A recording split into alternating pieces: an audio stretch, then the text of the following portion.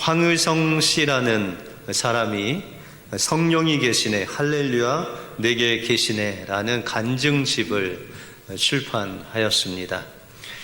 이 찬송은 우리가 191장에 보시면 내가 매일 기쁘게 성령이 계시네, 우리와 늘 계시네, 이 찬양을 이제 제목 삼아서 간증집을 낸 것입니다. 그는 지난 2001년 3월의 위암으로 세상을 떠나기 전까지 그의 삶 속에서 이 찬양을 매일 수십 번 부르면서 주님과 같이 동행하는 삶을 산 분이 바로 황의성 씨입니다. 그는 소년 시절부터 가난한 가정에서 자랐기 때문에 늘 도적질하고 또 남을 괴롭히고, 그래서 늘 이 감옥을 자기 집같이 드나드는 그런 사람이었습니다. 그런데 1970년 12월에 이제 그 감옥 안에 한 7개월 정도 남았을 때 감옥을 다른 곳으로 옮겨가게 되었습니다. 그래서 한 7개월 정도 남았는데 안양교도소로 그가 교도소를 옮기고 새로운 그런 감방 생활을 하게 되었습니다. 그런데 유난히도 그 같이 살았던 그 감방 안에 있던 사람들이 이 황의성 씨를 너무나 괴롭히는 것입니다. 그래서 한 성깔 하는 이 황의성 씨도 그들과 함께 이제 맞대어서 늘 이제 싸웠는데, 뭐 한 명이 여러 명하고 싸우니까 백전백패입니다. 그래서 매일 맞고 코피나고 피나고 그런 일을 계속 반복했습니다. 그래서 늘 그 마음속에는 분노가 꽉 차 있었습니다. 그런데 그 감방 안에 한 이제 죄수가 이 싸움을 보면서 늘 기도를 하는 그런 죄수가 있었어요. 신실한 크리스찬인데 어떻게 감옥에 들어와서 죄를 뉘우치고 회개하면서 늘 그 감방 안에서 이 황의성 씨와 그 고참들이 싸우는 그 모습을 보고 무릎 꿇고 기도하는 그 분이 옆에 계셨습니다. 어느 날 그는 이제 또 싸우고 터지고 피가 흐르고 있는데 그 싸움을 보면서 눈물로 기도하다가 이 황의성 씨에게 다가와서 그 눈물 흘렸던 그 눈물이 마르지 않은 상태에서 그 피를 닦아주고 위로해주고 또 그 상처난 곳을 감싸주면서 예수 믿으라고 하는데, 갑자기 이 뜨거운 무엇인가가 자기 가슴에 이렇게 몰려오는 것 같은 그런 은혜를 누리게 되었습니다. 그때부터 이 황의성 씨는 그 크리스찬과 함께 성경 공부를 하고 그 성경을 읽게 되고 그 성경 가운데 주님을 만나게 되었습니다. 그가 주님을 만나게 되니까 그가 성령께서 그 안에 계신 것을 믿게 되고, 날마다 예전에는 그냥 덤비면 싸우고 또 두들겨 맞고 피나고 이런 삶이 그의 삶이었다면, 이제 예수를 믿고 나서는 그가 변화되어서 뭐 조금 건드려서는 반응도 하지 않고 오히려 그들을 섬기고 도와주고 또한 변화된 모습으로 그 생활을 했습니다. 교도소 측에서도 이 황의성 씨가 변화된 모습을 보면서 7개월 남은 그 형량을 모범수로 3개월을 줄여서 4개월만 살고 이 3개월 일찍 그가 나가게 되었습니다. 그는 출소 후에 날마다 이 감옥 안에서 누렸던 그 성령의 충만한 그 은혜를 감사하면서 찬송가를 날마다 성령이 계시니 내 마음속에 늘 계시네 라고 할렐루야 라고 하면서 그 찬양을 하면서 자기와 같이 그 어려움을 당한 사람을 찾아가서 위로해주고 기도해주고 간증해주고 남은 생애를 그 영혼들 위해서 바침으로 인해서 많은 어려움에 당한 사람들 위로하고 그리스도께로 인도할 수 있었다라는 것입니다. 여러분들, 한 인생이 변화된다는 거 우리의 인간의 힘으로는 할 수 없습니다. 그런데 성령님이 그의 마음을 만져주시고 그와 함께 하시면 어떤 죄수라도 어떤 고집센 사람이라도 변화될 수 있다라는 것입니다. 왜냐하면 성령님이 우리가 예수 그리스도를 믿을 때 우리 안에 오셔서 우리와 함께 하시고 우리를 변화시켜 주시기 때문입니다. 그러므로 우리가 날마다 그 성령님을 의지하여 주님을 바라보고 또 주님과 동행하는 삶을 살 때 하나님께서 어느새 여러분들의 삶을 변화시켜 주셔서 주님과 동행하고 또 성령 충만한 삶으로 인도하셔서 여러분들의 삶을 통해서 하나님의 살아계심이 나타나는 그런 하나님의 자녀로 변화시켜 주실 줄 믿습니다. 이 성령 충만한 은혜가 여러분들의 삶 속에 충만히 임재하시길 주님의 이름으로 축원드립니다. 오늘 본문을 통해서 우리 성도들에게 주시는 성령 충만한 은혜가 무엇이고 이 성령 충만한 은혜를 어떻게 우리도 누리며 살 수 있는지 오늘 본문을 통해서 살펴보겠습니다. 먼저 성령 충만한 은혜는 내 마음의 주인의 자리를 주님께 내어 드릴 때 시작됩니다. 우리가 계속해서 에베소서를 우리가 보고 있는 것은 아시죠? 그래서 올해 하나님께서 우리 교회에게 건강한 교회, 행복한 가정이라는 표어를 주셨습니다. 그래서 성경 중에서 이 건강한 교회를 가르쳐주는 성경책이 있다면 이 에베소서입니다. 그래서 에베소서를 우리가 1장부터 계속 강해를 하면서 살펴보고 있습니다. 그래서 우리가 부활절 바로 전주의 주에 우리가 에베소서 5장 이 앞부분을 보았죠. 그래서 우리가 빛의 자녀로서 이 세상의 어두운 가운데 사는데 우리가 잠자는 자로 머물러서는 안 된다. 우리가 깨어 있어야 된다.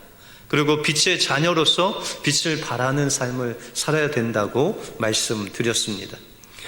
그러면 우리가 어떻게 잠자는 자가 되지 않고 깨어서 빛의 자녀로 살아갈 수 있는지 오늘 15절에 보시면 그런즉 너희가 어떻게 행할는지 자세히 주의하여 지혜 없는 자같이 하지 말고 오직 지혜 있는 자같이 하여 세월을 아끼라 때가 악하니라 라고 말씀하고 있습니다. 여러분들 우리가 이 세상에서 깨어있는 삶을 살기 위해서는 그냥 살아서는 깨어있는 삶을 살기 어렵다는 것이죠. 우리가 정말 깨어서 빛 가운데 머물기 위해서는 이 악한 세대를 우리가 분별하고 지혜 없는 자같이 사는 것이 아니라 지혜 있는 자같이 살아야 된다라고 말씀하고 있습니다. 다시 말해서 우리는 늘 영적인 전쟁 가운데 살고 있다라는 것이죠. 우리 주변에는 이 미국 삶이 좀 편안한 것 같지만 그러나 영적으로는 늘 치열하게 싸우는 전쟁 가운데 있다라는 것이죠. 여러분들 전쟁하는 것을 요새 좀 뉴스에서 보시는데 전쟁을 하려면 여러분들 적군을 알아야 되죠. 적군이 어떤 무기를 갖고 있는지 또 적군이 무엇을 목적으로 삼고 덤벼고 있는지를 우리가 적군을 좀 알아야 적과 싸울 수 있다라는 것이죠. 그런데 우리 또한 이 영적인 전쟁에서 적군과 싸우기 위해서는 적을 알아야 됩니다. 우리가 어떻게 이 세상이 우리에게 덤벼오는지 무엇을 가지고 우리를 넘어뜨리려고 하는지를 알아야 된다라는 것이죠. 그런데 우리가 신앙생활을 하다 보면 하나님께서 원하시는 삶이 무엇이냐라는 것이죠. 여러분들 잘 아시죠? 하나님의 말씀에 순종하는 삶. 하나님께서 우리에게 말씀을 주시고 그 말씀대로 살라라고 그렇게 말씀하고 있습니다. 그래서 복음서에도 보시면 예수님께서 산상수훈을 통해서 결론의 말씀은 이 말씀대로 행하는 자가 되어야 된다. 그러면 반석 위에 집을 짓는 자와 같다라고 그렇게 말씀하십니다. 우리가 씨 뿌리는 비유를 봐도 그 마지막 좋은 땅이 되기 위해서는 하나님의 말씀에 순종하는 자, 그 말씀을 듣고 행하는 자는 복이 있다라고 그렇게 말씀하십니다. 그런데 우리는 늘 이 하나님의 말씀대로 살지 못하면서 이렇게 이야기하죠. 아유 목사님, 제가 세상이 좀 어렵지 않습니까? 이제 조금 어려운 거 좀 뒤로 하면 제가 신앙생활 열심히 하겠습니다. 이렇게 내일로 신앙생활을 미뤄요. 우리가 주님과 함께 하나님 말씀대로 사는 것을 늘 내일로 미룹니다. 그런데 우리 믿는 사람들에게는 내일이 없어요. 오늘밖에 없어요. 오늘 주님과 살면 내일도 주님과 살 수 있는데, 오늘 주님과 함께 살지 못하면 내일도 똑같이 그렇게 사는 것이죠. 그러므로 우리가 결단해야 되는 것은 오늘이라고 일컫는 이 날에 우리가 주님의 말씀과 주님과 함께 동행하는 삶을 지금 이 시간에 시작해야 된다라는 것입니다. 그래서 어떤 분들은 이제 우리가 신앙생활을 잘 하다가 슬픔도 없고 아픔도 없는, 사망도 없는 그 천국에 가면 되죠 라고 그렇게 이야기를 합니다. 근데 여러분들, 천국에 가는 것이 그렇게 쉬운 일이 아니에요. 여러분들, 천국에 가려면은 어떤 삶을 이 땅에서 살아야 될까요? 고린도 전서 13장에 보시면 믿음, 소망, 사랑이 있대요. 그런데 천국에도 있는 게 그 셋 중에 무엇일까요? 예? 뭐요? 예. 사랑은 있는데 믿음도 없어지고 소망도 없어지고 예언도 없어지고 말씀도 다 우리에게 있는 뭐 방언이나 이런 것도 다 없어지는데 유일하게 사랑이 남는데요. 그러면 하나님께서 이 땅에서 우리에게 무엇하고 살라고 하실까요? 사랑하며 살라고. 왜요? 이 천국 연습을 하면서 사는 거예요. 우리가 이 땅에서 사랑하지 않아 보면 천국에서 사랑할 수 있을까요? 없을까요? 천국에서 사랑을 할 수가 없어요. 왜요? 이 땅에서 사랑을 한번 해봤어야지. 이 땅에서 천국을 맛보고 천국의 그 연습을 한번 해보면 그 삶이 천국까지 연결되는 거예요. 근데 우리가 생각하기에는 예수 믿고 그냥 교회 다니다가 천국 가면 정말 엄청난 파라다이스가 있을 거다라고 그렇게 생각하시잖아요. 그런데 그것이 바로 성경을 오해한 거예요. 성경은 바로 우리가 예수 그리스도를 믿고 예수 그리스도를 통해서 성령이 우리 안에 들어오시면 그때부터 천국이 시작된 거예요. 여러분들, 찬송가도 있잖아요. 우리가 어디 있으나 주님 계시면 그곳이 하늘나라 천국이라고 고백하시잖아요. 맞습니다. 우리는 이미 하나님의 나라가 예수 그리스도를 통해서 우리 안에 임하셨고 천국의 삶이 이제 시작된 거예요. 그런데 우리는 그 천국의 삶을 살지 않고 나중에 죽으면 천국에서 그 삶을 살려고 하니까 우리가 계속 내일로 그 천국의 삶을 미루고 산다라는 거죠.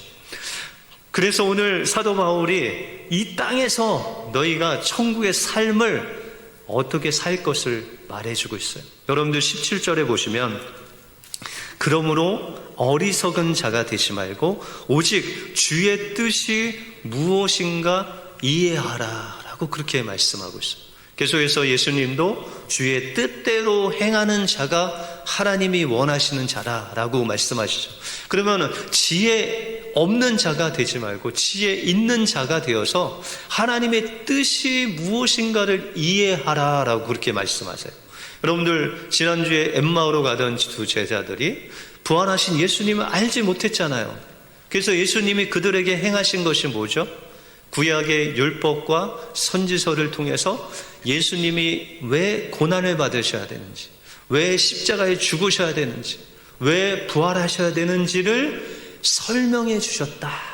그들의 눈높이로 풀어서 설명해 주시니 그들이 마음이 뜨거워져서 하나님의 그 말씀을 통해서 부활하신 주님을 이제 만나게 되죠. 마찬가지로 우리가 주님께서 오늘 말씀을 통해서 우리가 이 땅에서 어떻게 천국을 누리면서 살아야 될 것인가를 너희가 이해하라 라고 말씀하세요. 이해하라는 것은 그것을 보고 깨달아 알라라고 그렇게 말씀하고 있다는 것이죠.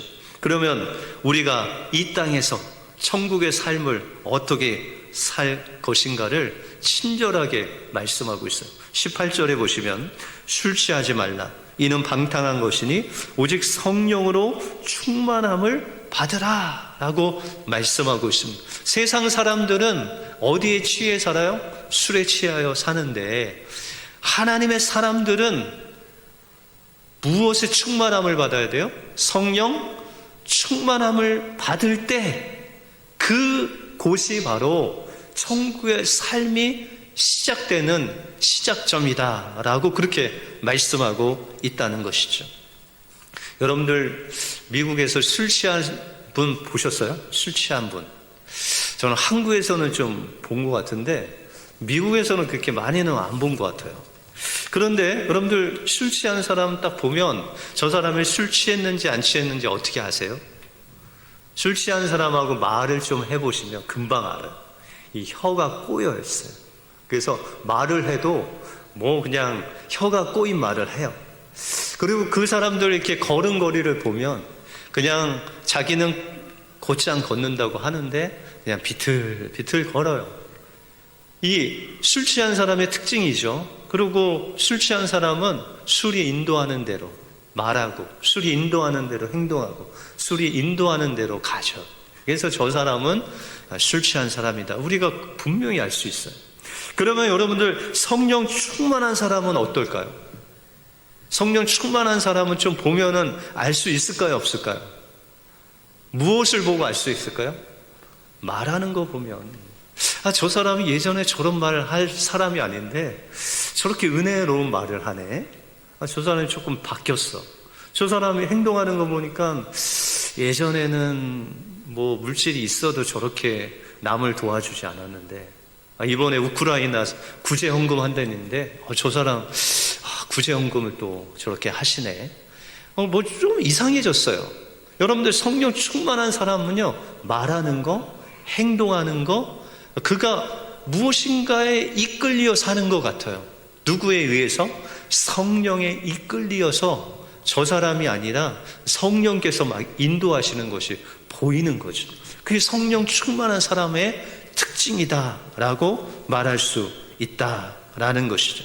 그러면 이 성령 충만함은 누가 받을 수 있을까요? 누가?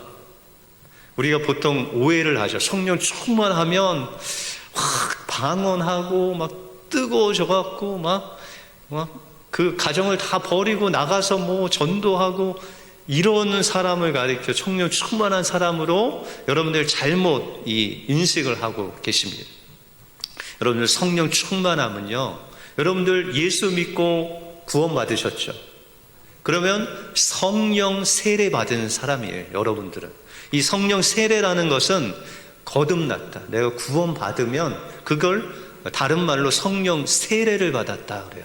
그러니까 성령께서 우리가 예수 그리스도를 믿을 때 우리 마음속에 내주하신 것이죠. 그게 성령 세례라고 해요. 근데 그 성령께서 우리 안에 들어오셔서 우리를 다스려 주시는 것, 우리를 인도하시는 것, 그것이 바로 성령 충만한 거예요.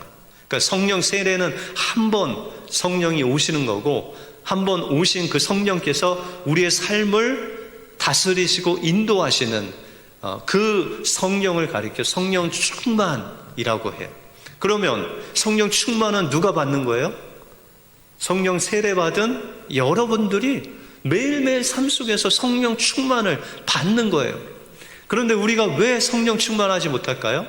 성령을 받아야 되는데 받지를 못해요. 다시 말해서 성령 충만하는 것은 우리 안에 성령님이 계시니까 늘 성령 충만이 준비되어 있어요. 그것을 우리가 받으면 돼요. 여러분들 아이들에게 그 갓난 아이가 막 울면은 우유 주잖아요. 우유 타서 또 손에 한번 해보고 안 뜨겁나 보고 이제 아이한테 주면은 아이가 그냥 그게 들어가자마자 울음이 끝이잖아요. 그런데 어떤 아이는요, 그 우유를 타서 줘도 안 먹는 애가 있어요. 어디가 아프거나 아니면 그 우유가 안 맞거나 그럼 그 우유를 못 먹어. 그러면은 계속 못 먹으면 아프게 되죠. 마찬가지로 하나님께서 성령님을 통해서 우리에게 영의 양식을 주시고 우리의 삶을 인도하시는데 우리가 그것을 받아들이지 못하고 성령의 인도하심을 받지 않아요. 여러분들 어떤 분이 선물을 가득히 싸갖고 여러분들에게 주려고 왔어. 근데 여러분들이 그거를 거부해요. 그러면은 선물을 줄 수가 있어요, 없어요? 여러분들이 끝까지 안 받으면 그 선물이 내게 되는 게 아니죠. 여러분들 성령 충만도 마찬가지예요. 하나님이 성령 충만을 여러분들에게 여러분들 안에서 주시고 여러분들의 삶을 인도하시려고 하는데 여러분들이 손을 내밀어 그것을 받지 못해요. 왜 안 받아요? 여러분들 손에 여러분들께 가득해. 그걸 내려놓고 받아야 되는데 그거를 안 내려놔요. 내 고집, 내 삶의 방식, 내 생각, 하나님 그게 아니라니까요. 그냥 내가 이렇게 살아야 돈 많이 벌 수 있고 내가 잘 살 수 있어요. 안 내려놔요. 그걸 내려놓고 성령께서 인도하시는 건 받기만 하면 되는데 그 성령 충만을 안 받는 내가 내 탓이라는 것이죠. 그래서 여러분들 성령의 충만함을 받으려면 우리 자신을 내려놓고 전적으로 주님을 신뢰하는 것이 필요하다라는 것입니다. 19세기 말에 엄청난 성령의 역사를 일으킨 스미스라는 목사님이 계십니다. 근데 이 스미스 목사님은 집안이 가난해서 결혼할 때까지 글자를 쓸 수가 없었어요. 그런데 그 부인 아내가 구세군 설교를 하는 그런 부흥사였어요. 그분을 만나고 이제 글을 깨우칩니다. 그래서 성경도 읽고 그런 노력 끝에 그가 목사가 됩니다. 근데 이 스미스 목사님이 설교를 해야 되는데 죽어도 설교는 못하겠다는 거예요. 뭐 사람들에게 성경 공부도 가르치고 개인적으로 영접도 시키고 전도도 하고 이건 다 하는데 그 강대상 위에서 설교를 죽어도 못하겠다. 그래서 그 아내가 그 설교를 쓰기 위해서 여러 가지 자료도 주고 다른 분의 설교 그 자료도 주고 해서 설교 원고를 다 기록했어요. 그래서 딱 앞에 섰는데 앞이 깜깜해지면서 설교를 못할 것 같아요. 그래서 스미스 목사님, 여러분이 죄송합니다. 제가 도저히 설교할 용기가 안 나서 설교를 못하겠습니다. 그리고 내려가고 아내 목사님이 와서 설교를 했어요. 그런데 그가 이 기도하는 가운데 주님을 개인적으로 경험하게 된 거예요. 성령님이 내 안에 계시다는 것을 알게 되었어요. 그리고 하나님께서 자기를 목사로 세우시고 설교케 하신다는 것을 알았어요. 다시 말해서 설교하는 것이 자기의 힘으로 하는 것이 아니라 성령님께서 하시는 것을 깨닫게 되었어요. 그 이후부터 강단에 서서 하나님의 말씀을 전하는데 이 스미스 목사님이 설교하는 것이었을까요? 아니면 성령께서 그를 통해서 역사하시는 설교였을까요? 성령께서 그를 통해서 왜냐하면 이 스미스 목사님은 자기의 힘으로는 설교를 한 번도 해보지도 못하고 할 수도 없었는데 오직 그 성령님을 100% 의지하여 설교를 했더니 성령님께서 100% 역사하는, 그가 설교해 놓고도 내가 설교한 건지 주님이 설교한 건지 모를 정도로 온전히 주님만을 의지하고 설교를 하다 보니까 그 성령님이 설교를 통해서 역사하시고 또 역사하시는 그 놀라운 은혜를 통해서 놀라운 일들이 일어났어요. 그래서 그가 죽기 전에 14명의 죽은 자를 살리는 그런 놀라운 엄청난 성령의 역사가 일어났대요. 근데 그 목사님이 고백하는 것은 성령의 역사는 내 힘으로 되는 것이 아니라 내가 도저히 할 수 없다고 내려놓고 그 일을 성령님께 100% 의지할 때 성령님이 하셨더라라고 고백했다는 것입니다. 여러분들 성령 충만을 받기 위해서는 내가 해왔던 나의 모든 것들을 주님 앞에 내려놓고 오직 주님이 나의 인생의 주인이십니다. 그 주님을 의지하고 나의 삶을 내어 드릴 때 성령님께서 여러분들의 삶을 인도해 주시면 그것이 바로 하나님이 여러분들에게 그토록 주시고자 하는 성령 충만한 은혜가 시작된다는 것입니다. 그러므로 여러분들 안에 있는 여러분들이 내려놓지 못한 그 주님 앞에 포기하지 못한 것들 다 내려놓고 주님이 주시는 더 풍성한 성령 충만한 은혜를 누리심으로 주님과 함께 동행하며 주님의 풍성한 은혜를 누리시는 여러분들의 삶이 되시길 주님의 이름으로 축원드립니다. 그러면 이 성령 충만한 은혜는 어떻게 우리가 받을 수 있냐라는 것이죠. 성령 충만한 은혜는 늘 나와 함께 하시는 그 성령님을 믿고 바라보고 의지하는 삶을 살아야 된다라는 것입니다. 하나님은 특별한 사람에게 성령 충만을 주시는 것이 아니라 여러분들 예수 믿는 모든 사람들에게 성령 충만함을 예비해 두셨다는 것이죠. 그 열쇠는 우리에게 있다는 것이. 그래서 여러분들 술은 어떻게 취하죠? 술을 마셔야 되잖아요. 그럼 우리가 마시지 않으면 취하지 않죠. 누가 마시는 거예요? 내가 마시는 거예요. 성령 충만을 받는 것도 내가 성령 충만함을 받아들이는 것이죠. 다시 말해서 성령님께서 우리와 함께 하신다는 것을 믿어야 된다는 거예요. 성령께서 나와 함께 하심을 믿지 않으면 우리가 성령 충만함을 얻지 못한다는 거예요. 그런데 주님께서 친절하게도 주님이 우리와 함께 하시겠다고 약속해 놓은 약속이 있어요.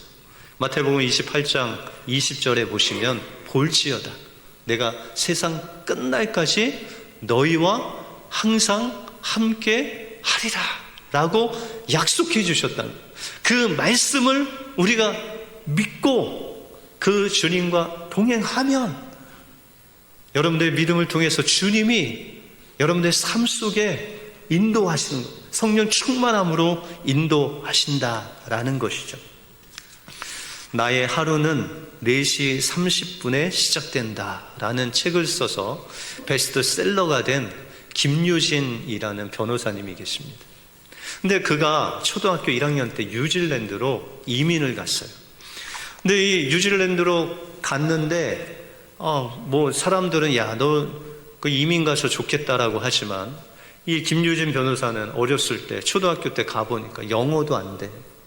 뭐 친구를 사귀려고 막 했는데 한국에서 친구 사귈 때 막 아는 척하고 또 친한 척하고 그러면서 뭐 이렇게 어울리면 됐는데 미국 가서 아이들 막 친한 척하고 모르는 애들 막 이렇게 이렇게 친해지려고 막 노력을 했는데 아이들이 색안경을 끼고 보는 거예요.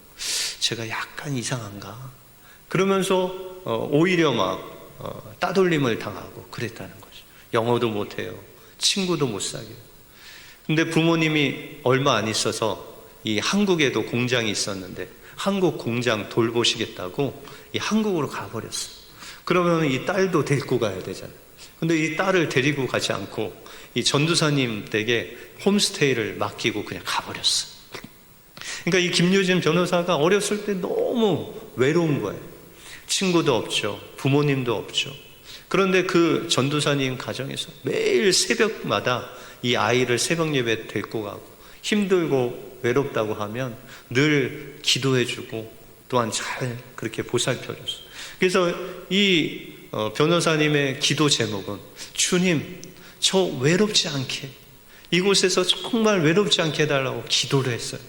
그런데 그렇게 전도사님이 새벽마다 기도해주고 주일마다 기도해주고 어려울 때마다 기도해줘도 마음속에 외로움이 가시지 않아요. 중학교 때 친구 집에 이제 또 홈스테이를 바꿨어. 근데 그분도 기독교인이에요. 그러니까 아침마다 학교 가야 되는데 성경 공부를 20분씩 하는 거예요. 그 바쁜 시간에. 그런데 또 어렵고 힘들면 그 말씀을 공부하면서 또 기도도 해주고 그러다가 이제 고등학생이 됐어요. 고등학교 때는 또 홈스테이를 그냥 현지 사람으로 갔어요. 근데 그 분도 그 홈스테이 하시는 그 아저씨도 늘 찬양을 하는 사람이었어요. 그래서 이 김유진 변호사가 고등학교 때 힘들면 같이 찬양하면서 기도해주고 또 위로해주고 이런 일들을 했어요.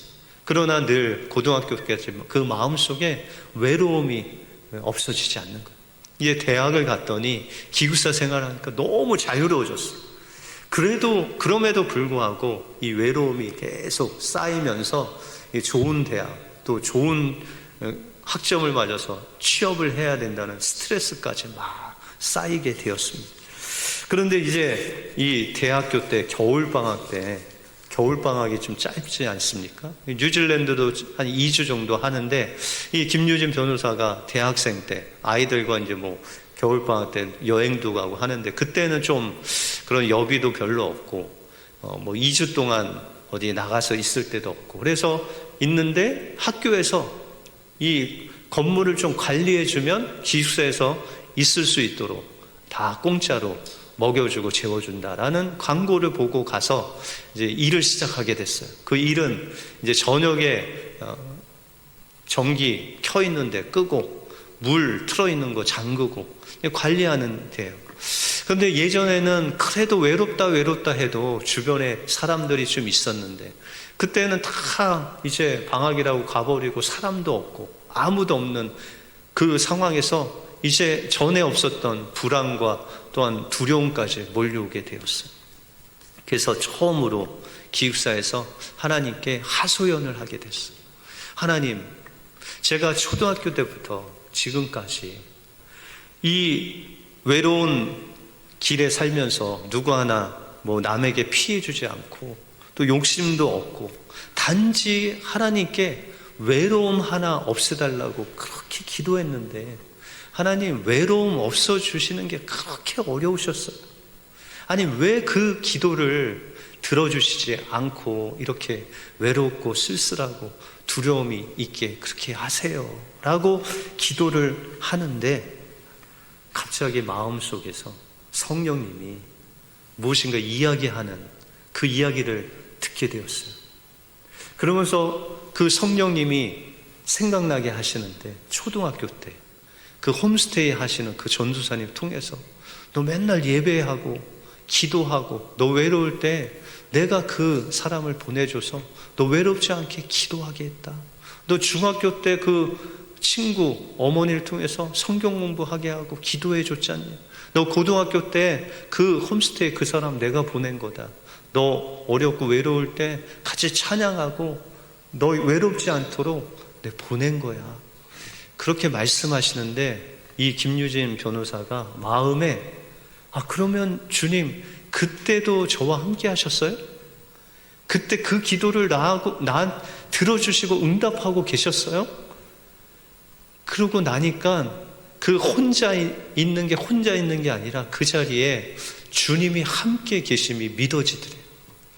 그러면서 예수님께서 십자가에서 혼자 외로이 그 십자가에 박힌 모습이 자기 마음속에 떠오르면서 예수님 얼마나 외로우셨을까? 예수님 그 십자가에서 그 고난을 받으시고 하나님을 아버지라 부르지 못하면서 그 십자가 길을 홀로 가실 때 그 예수님이 얼마나 외로우셨을까?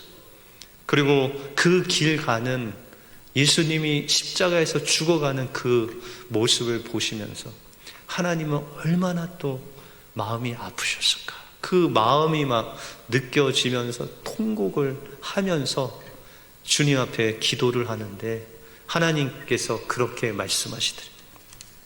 야 유진아, 너는 외롭지 않게 해달라고 기도했는데 나는 그 외로움을 나와 함께 극복할 수 있는 그 외로움을 극복할 수 있는 응답을 너에게 해준 거다. 그렇게 말씀하시더래요. 우리는 단지 그 외로움이 싹 없어졌으면 좋겠는데 하나님은 그 훈련을 통해서 어떻게 하면 외로움을 극복할 수 있는 그 능력까지 주셨대요. 그리고 그 김유진 변호사가 그때 깨달은 것은 아무리 뭐 부모님과 함께 있고 친구들한테 인기를 얻고 어떤 좋은 직장에 들어가도 외롭지 않는 것이 아니라 주님이 함께 있을 때 내가 외롭지 않구나 라는 것을 그제서야 깨달았대요. 그리고 그가 매일 아침에 4시 반에 일어나서 주님과의 시간을 갖는 거예요. 외롭지 않게. 주님이 오늘 또 어떻게 역사하실까? 주님이 어떻게 나의 삶을 이끌어 가실까? 그 시간이 얼마나 소중한지를 깨닫고 그가 책도 내고 동영상을 통해서 그의 삶을 공개하면서 외롭고 지친 사람들에게 하나님과의 시간을 가져보라고. 그러면 하나님께서 여러분들을 외롭지 않게 해주신다라는 것을 지금도 간증하며 사람들 도와주고 있다라는 것이죠. 여러분들 어떻게 이민생활 외로우시죠? 그런데 그 외로움을 극복할 수 있는 능력이 바로 주님과 교제의 시간을 갖는 거예요. 여러분들 오늘부터 내일 아침부터 주님과의 교제의 시간을, 그래서 4시 반에 안 일어나셔도 돼요. 5시에 일어나셔도 되고 그 시간을 정하세요. 나는 뭐 죽었다 깨어나도 아침에는 못 일어납니다. 그러면 저녁 시간, 내가 8시 반에서 9시까지 내가 주님과 같은 교제하는 시간을 갖겠다. 그리고 그 시간만은 다른 사람들에게 양보하지 마세요. 그 시간을 잃어버리면 여러분들에게 외로움이 찾아옵니다. 그래서 우리가 그 성령 충만한 삶을 살기 위해서는 내가 가지고 있는 것 주님께 내려놓고 주님이 늘 나와 함께 계신다는 것을 믿고 그분과 교제하며 나갈 때 하나님께서 여러분들에게 성령 충만한 은혜를 더해 주셔서 외롭지 않고 주님이 주신 그 풍성하고 또한 기쁜 성령 충만한 은혜로 살아갈 수 있도록 인도해 주실 줄 믿습니다. 그 은혜가 여러분들 삶 속에 임하시길 주님의 이름으로 축원드립니다. 기도하겠습니다.